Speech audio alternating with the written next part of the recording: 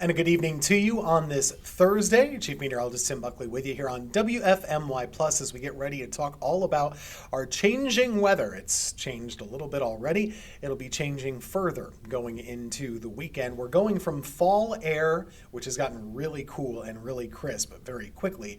And then we're going to start to talk more about coastal weather over the course of the weekend.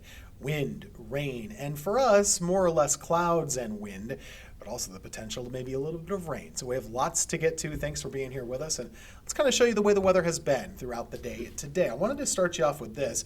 It's going to show you the temperatures for the day today, but also a little look at how clear our sky was. You kind of have to have a keen eye to pick out any cloud cover. Today was mostly just a dry one, of course, and a sunny one too. Now, one thing I wanted to note though with our temperatures, just take a look at this. 51 for the low, that's normal. 68 for the high. So that was our first time with a high temperature in the 60s on a sunny day since way back in April.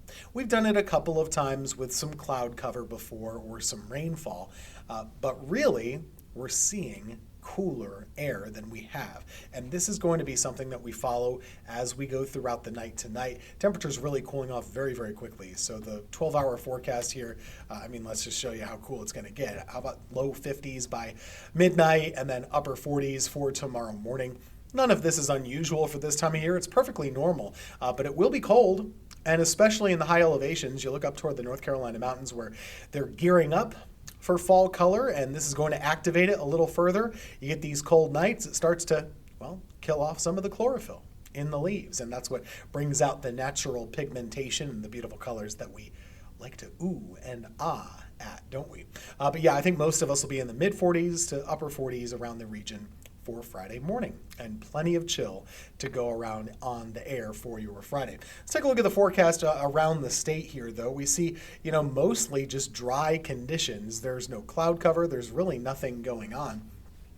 But if we widen out the view a little bit, you'll kind of see the remnants of that front that moved through the area yesterday. So we're on the north side, the cooler side of the front right now, but the front didn't go very far. It's still kind of stuck and stalled out to our south. And so where it's sitting off the coast of Florida is where we're going to start to see some low pressure developing toward the weekend. We won't see any of that tomorrow. Tomorrow's still a beautiful day of weather. So I think your Friday, no need to worry. It's going to be a beaut. Temperatures in the upper 60s for the most part tomorrow afternoon, which is pretty similar to where we were for today. But just to kind of reiterate that point, when we talk about this coastal low, there's so many factors that go into it. So let's first off start by explaining what it is. So on the weather pattern overall, we have high pressure to our north. That front stalled out to the south. And then tomorrow, you're going to start to see this low pressure area kind of deepen a little bit. When I say deepen, that just means strengthen and form in the first place. So there it is. It's off the coast of Jacksonville. And what we'll kind of notice with this is as lower pressure develops, we're going to see some rain setting up. We'll have clouds, of course. Pretty good chunk of the Carolinas will start to be covered in cloud cover tomorrow night. And then the weekend overall should be a fairly cloudy one for us. Now, what we'll see on Saturday is that this low pressure area gets a little bit farther to the north, and it turns into more or less what we would call a nor'easter.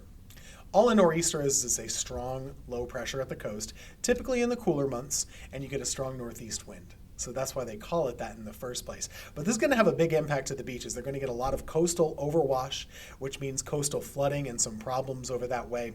And with this, there will be a lot of wind, a lot of rain, and a lot of tidal problems. High tides will be higher. Coastal flooding will be a little bit worse. So let me pop my face off so you can see this. This is the Futurecast timing starting out on Saturday morning. So you'll notice I've put the wind speeds on there. The wind isn't too ferocious just yet on early Saturday, but as you go throughout the day, more rain bands kind of start to set up. You see some winds gusting around 35 to 40 miles per hour at that time from Wilmington up to the Outer Banks. But take a look at this. This is all the way through Sunday morning. Something that we're going to keep an eye on here, as it's very windy at the coast and they're getting a lot of rain at the coast. Could we get some rain even here in the Piedmont? It's possible that we could. So there is at least some chance Sunday morning, Saturday night, that would be the time frame to watch to see if we are able to get any rain. This is a little farther west than it looked yesterday. Wouldn't be a bad thing. Our model actually has this rain lingering a little bit through the first half of the day on Sunday as the storm system kind of settles in. I'm not sure I buy that. I'm not sure I believe it, but it is something to keep an eye on for our forecast. Now, across the state, the most rainfall with this is going to fall along the coastal areas. That makes sense, right? Over 3 inches for the Outer Banks, Wilmington area possibly as well. For our area, whatever rain we get, it would be less than an inch. And remember, it's beneficial. We got new drought numbers today. They were still a little bit worse than they were last week, so we would like to see some rainfall if possible. But just to kind of wrap a bow on the coast, we'll talk more about this in a few minutes. High winds up to 50 miles per hour, coastal flooding, closures of roads are possible out that way. It's just a very vulnerable area, as we know. So your triad weekend forecast as we get a little bit closer to Saturday and to Sunday, most of the time it's going to be pretty cloudy. I don't really see much of any sunshine around our area. It's cloudy. It'll be pretty breezy. Both days should have some wind gusts around 20 to 30 miles per hour. And if you look at the temperatures, basically just the upper 60s. It's not going to be that warm out there. Now, will there be any rain? Like I just showed you, there's that possibility, and it would be mostly Saturday night into Sunday morning. A lot of things going on this weekend. Of course, you have GEHO in town for A&T. The parade is Saturday morning. That should be dry. Football game looks all right too, but again, cloudy, a little cool, and a low rain chance. The rain chance really starts to go up on Saturday night as we were looking at in our models. Here's your 7-day temperatures, mostly in the 60s over the next couple of afternoons with extra clouds around the area. The best chance for rain Saturday night into Sunday morning. Now after that, we'll start to kind of quiet down and actually get warmer again. Middle of next week gets us back into the mid 70s for a couple of days. So yes, there's some change. Yes, we're cooler right now. But the warmth is really going to push back. We'll have a really nice week of weather next week. So if you like the cool stuff, you like the chill in the air, enjoy it now because it's not going to last forever as we go into next week. Now, we talked a lot about the Outer Banks with good reason. There's a lot of interest out that way, and they're going to have some bad weather. This is kind of a view right now of the Highway 12 cameras. If you stick around, we're going to be watching live reports out of the Buxton area where they've built up the dunes and they're trying to get ready for a nor'easter.